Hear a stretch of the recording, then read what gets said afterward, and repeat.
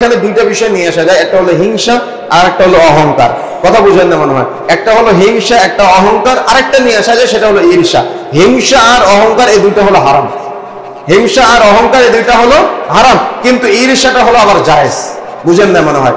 যদি আপনি এই কথাকে বিবেচনা করতে পারেন যে অধিক আশা আকাঙ্ক্ষার পিছনে বা আমার কোনো কিছু চাইতেছি আমি আল্লাহর কাছে, কিন্তু আমাদের দুনিয়ার মানুষের এখন বর্তমানে একটা চিন্তা হলো যে আল্লাহ তাকে ধনী বানালো, আল্লাহ আমাকে দিল না, তার ধ্বংস হয়ে যাক। তার সন্তান ভালো রেজাল্ট করলো, আমার সন্তান ভালো রেজাল্ট করলো না, তার সন্তানকে যত মিথ্যাচার, যত অকথা কুকথা যা আছে সব মানুষের কাছে বলে বেড়ানো। ও করে নাই বা কোনো একটা ভুল করেছে, কিন্তু একটা ভুলকে 100 ভুলে রূপান্তরিত করে বেড়ায়, তাই না?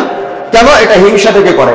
কথা বুঝেন না মনে হয়? কিন্তু ওই সময়তে আপনি তার পিছনে হিংসা না করে আপনি আল্লাহকে বলতে পারতেন, আল্লাহ তার সন্তান ভালো রেজাল্ট করেছে, আল্লাহ তার সন্তান ভালো রেজাল্ট করুক, কিন্তু আল্লাহ তুমি আমার সন্তানকে ভালো রেজাল্ট করা তৌফিক দিও।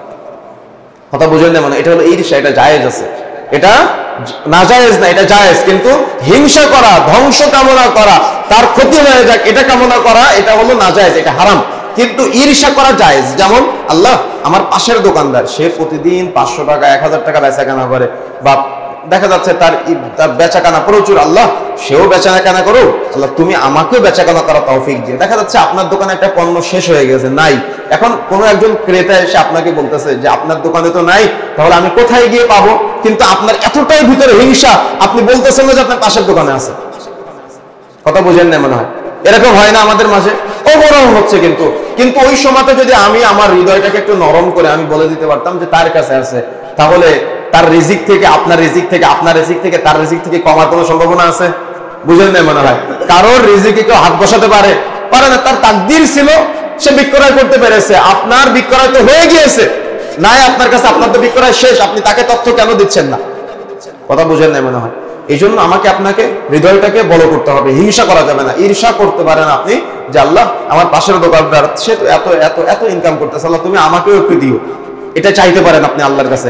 কিন্তু তার ধ্বংস কামনা করা, তার পণ্য আপনার পণ্য একই পণ্য, কিন্তু আপনারটাকে অধিক হাই লেভেলে দেখা যাচ্ছে মার্কেটিং করা, তারটাকে নিম্নগামী করা, তারটাকে অবমূল্যায়ন করা, তারটাকে খাটো করে রাখা, বা তারটাকে মানুষের কাছে বলে বেড়ানো যে তারটা ভালো না। দেখা যাচ্ছে আপনি কোনো একটা পণ্যকে একজন কিনে নিয়ে এসেছে, নেওয়ার পরে আপনার দোকানেও সেটা আছে, এখন ওর তো কেনা হয়ে গেছে, আপনার কাছ থেকে তো আর কিনবে না, এখন আপনি বলতেছেন ওর কাছ থেকে নিয়েছো, ওটা তো বেশি একটা ভালো না, এই দোকান এটা 1 নম্বর। এরকম আছে না আমাদের সমাজে? বহু আছে না? অন্যটাকে দেখা যাচ্ছে তাকে ধ্বংস কামনা করা। বা আপনাকে যদি অন্তরের ভিতরে অধিক কঠোরতা আমরা দেখতে পাই, তাহলে আমাকে আপনাকে মনে করতে হবে আমার ইমানের লেভেলটা কমে গিয়েছে, আমার ভিতর থেকে কঠোরতা দূর করে আমার একটু সহজ হতে হবে মানুষের কাছে। মানুষের কাছে কখনো কঠিন বানাবেন না নিজেকে। অনেকেই একটু টাকা পয়সা বেশি হয়ে গেলে, জমি জায়গা বেশি হয়ে গেলে, গাড়ি বাড়ি বেশি হয়ে গেলে, মানুষের কাছে পরিচিতি বেশি হয়ে গেলে তারা কঠোরতা দেখায়, মানুষের সাথে মিশতে চায় না, মানুষের কাছে গিয়ে দেখা যাচ্ছে কথা বলতে চায় না, বরং মানুষের সামনাসামনি নিন্দা করে, সামনাসামনি অপমান করে, সামনাসামনি গীবত করে ছেড়ে দেয়। আসলে এমনটা আমাদের সমাজে।